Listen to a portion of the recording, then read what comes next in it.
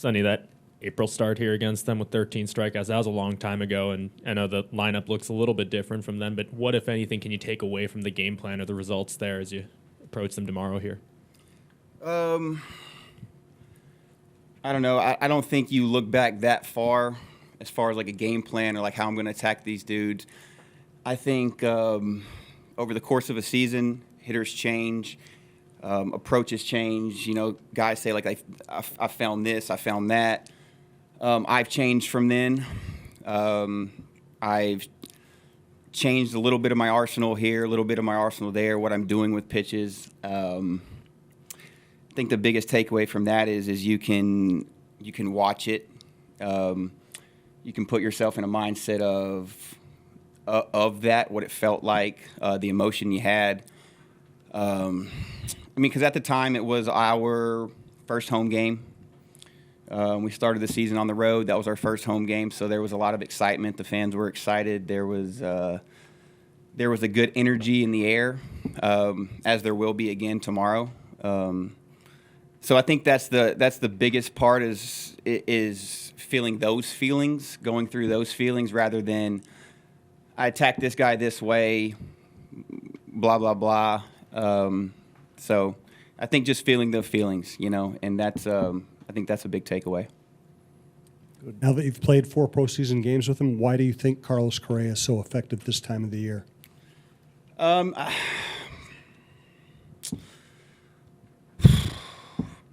said it last week. I said, and I do believe it. You don't win in this league, especially in the postseason. You don't win World Series without superstars on your team. Because I do think that superstars show up in the biggest moments. It's just it's kind of their life, right? It's just kind of like how they live their life. Walking down the street and you got 30 people on the other side yelling at you, wanting to do this, wanting to do that. So I mean, to them, it's just another day in the life, you know. So I think that, I mean, I just think it's just kind of how he lives his life. It's just kind of who he is.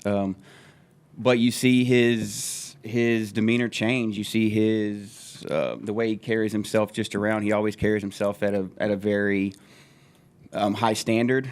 But it just seeing it walking around, not on the field, seems to be even a little higher than normal. So I think it's just a way of life, and I'm glad he's on our side, and that was exciting to watch last night. I was happy for him. Dan in the middle.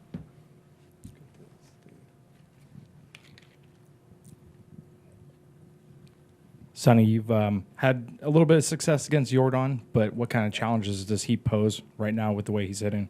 Jordan. He's a good hitter. I mean, he's a good hitter. They have a good lineup. At the first night, the first game, he beat us with a couple of things, and me and Pablo had long discussions during that game, after that game, just about approach. And it kind of started with him, and then it started with. And then it kind of just goes to where it goes. And that's why, like, I love the relationship that we have as a staff, not only as a starting staff, but as a pitching staff in general. We try to, and by now it's just normal, right? It's just something that we do is we just start baseball conversations, just start pitching conversations, and just let them go to wherever they go. And that's something that we do, and that's something that in spring training that we made a point to maybe force a little bit just to get it going, you know. And at this point, it's just second nature. You start a conversation and you just have it, and it goes to where it goes. Jordan is he's a good hitter. He seems to be hot right now. But they have good hitters throughout their lineup. So I don't know, without saying too much. I mean, yeah, he's a good hitter, and you know, I look forward to the matchup, to the challenge. I'll come up with a plan of how I'm going to attack him, and then after that, it's just let me go out there and be me. a big thing for me is me versus you. I'm going to challenge you. I'm going to come at you with my best stuff. And if you get me, you get me. If I get you, I get you. And that's just kind of talking about like how, Carlos lives his life. That's just kind of how I live my life. It's me and you. When you get out there, I'm the pitcher, you're the hitter, and I got a catcher, and I got guys behind me. But simplifying it even down, it's me versus you. Who's going to win? And that's some of the things that excite me. Go over here to Phil on the left. Oh. Go to Bobby. Is there any big benefit? Last week was your first playoff start in 6 years. Any big benefit to maybe you know what to expect now, pitching here in a playoff game, coming into tomorrow?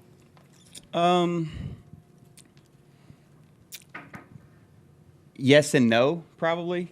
I know the fans are going to show up. They were incredible last time we were at home. We expect nothing less. They're going to be incredible again.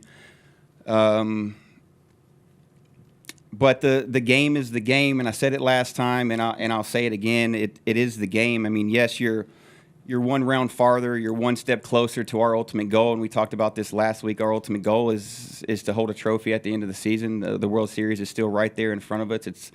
It's a little closer. You have your eyes on it, but you also have your eyes on today, and you have your eyes on tomorrow. So yeah, I mean, it was exciting last time to go out and pitch. Chance to clinch a series, chance to move on, chance to celebrate after the game. Having said that, coming into the game 1-1, coming back to Minnesota, it's a big opportunity for us. It's a big opportunity for us to go out there and play a hard-fought competitive game. And I don't think it changes for me from last week to this week. I'm going to go out and I'm going to attack these guys. I'm going to come at them with my best stuff, and I'm excited for this. I'm excited for the opportunity. Sonny, you were at the Vikings training camp this year, and I think correct me if I'm wrong, but were you not an option quarterback in high school? A quarterback? I'd like to call myself a dual threat. Dual threat, yeah. Shotgun, pistol, yeah. Yeah, all the things. Do you get much when you compete in baseball? You look like you've almost got that same mindset, that tenacity, that grinder, that almost 3 yards in a cloud of dust kind of approach to it. Did you get something from playing football in high school that you take with you? I got a ton from playing football, not only in high school, but throughout my life. I've said this a lot. Football might be my favorite sport. I love football. I loved playing football. There's nothing like that. The way that a team truly has to come together in football, the way that it all kind of, especially playing quarterback, that was, you're in charge of all 11 guys that are out there, right? You not only know what you have to do, but then you're knowing what the left guard, left tackle, all the receivers, the running backs, you kind of know. You know what what they have to do, and then you also know what the defense is doing. There's nothing like playing football, especially playing high school football. I was talking about this last week, actually, because we were talking about just kind of asking guys, like, the guys, obviously we have guys who have won a World Series, but then we kind of took it deeper. Have you ever won a championship in anything? This and that.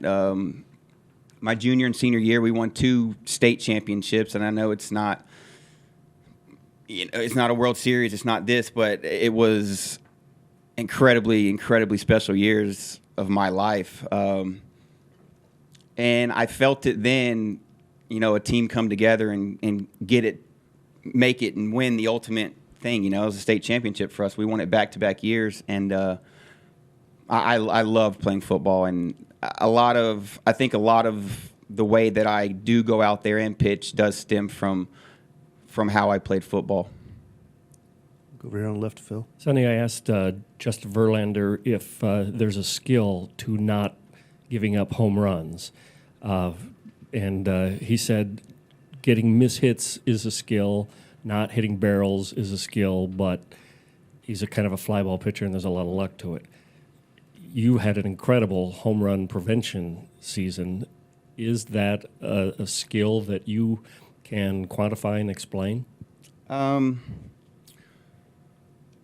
I do know this. I know the more that you're ahead of guys, the more that you get strike one, the more that you, I truly believe, the more that you are the aggressor, the more that you put the hitters in a defense mode, the more likely of a chance, whatever, that you're gonna limit damage. When I look at things, I look at limiting damage and miss. How do I limit damage from this guy, and how do I get miss? Where can I go to limit damage? Where can I go to get miss? And trusting your stuff, I think, is incredibly important in that, because when you don't do that, you're not free and easy. You're not just, here it is, let it rip. You know, I have a good fastball. It stays off the barrel for the most part. Obviously, I like to spin the ball. That's no secret. I think there is some skill to it. There may be some luck. I don't know. I don't think about it, to be honest with you. I just think about attacking,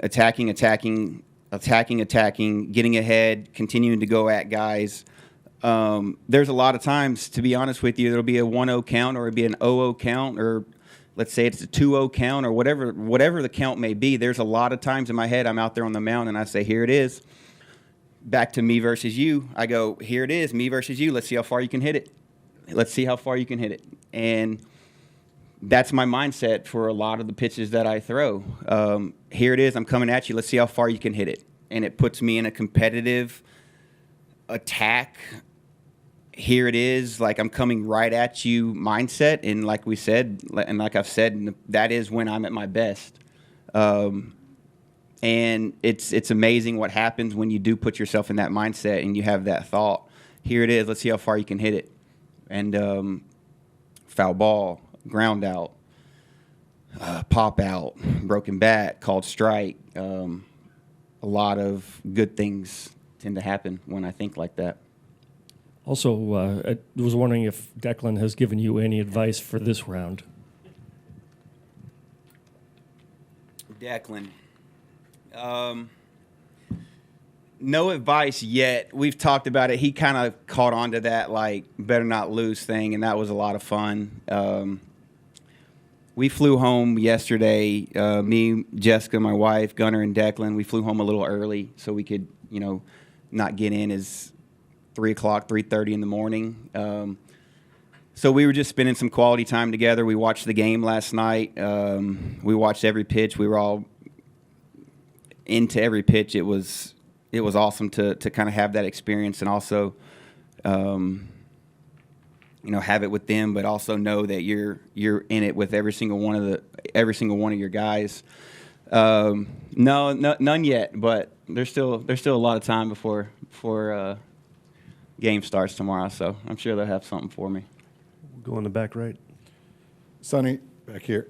The way this team has played in the field in the Toronto series, then this one as well, so airtight defensively, aggressive with their plays behind the pitcher. How much does that help you in your preparation when you're on the hill, knowing that this team is excelling defensively right now? I think it helps for sure, but it's nothing new to me. Throughout the course of this season, we've made incredible plays all around the field, so that's not anything new. I don't want to sit here and say at this point you expect it, but a little bit. It's like you just not expect, because I don't like to say that, because it is what it is a lot of times, but we just tend to make plays, and I think our team was built for that. I think our team was built very soundly defensively. I do know that it is something that we work on and we practice and we talk about every single day. And it's no secret, or it's not a fluke, or it's not anything other than it's something that we work on. It's something that we practice. It's something that we preach. It's something that our guys truly believe in, and we just make plays. And I have all the, and which comes back to that. Here it is. I'm going to attack you.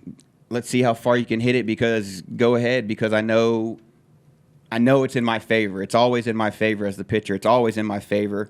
But you do have a little bit more saying, you know what, it's more in my favor, because go ahead and do what you're going to do, because I know somebody's going to make a play behind me. It's just something that we've done all year. Go one more with Dan in the middle.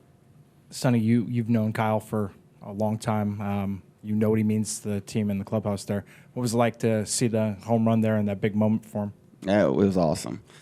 So I was pulling into my garage last night. Kyle hit a homer. It was right when we were getting home, so we got to watch like the bottom half of the second. We listened to the first inning and a half. He hit a homer. He's so good to me. He's one of my best friends on the field, away from the field. So that was awesome. I know his parents were there too, so that was special. We're good friends. I first time I saw him today was we walked in and he was sitting at the table and he was eating lunch, and he goes, whatever, and I kind of walk up to him and I go, and I just kind of put my arm around him and I said, hey, you gave Gunner a glove last week, and I'm just wondering if you need it back. And he's like, no, what? I gave it to him. No, I gave it to him. I said, well, only reason I asked is I just didn't know if you had a hole in yours, because that relay throw from left field last night, you kind of just whiffed it, and then you looked down at your glove like your glove had a hole in it. So I was just making sure that your glove is okay and you don't need that one back. And he goes, you know, and I'm just like, so he's a good guy, and I was very happy for him. All right, Sonny, thanks for coming in. Yep, thank y'all.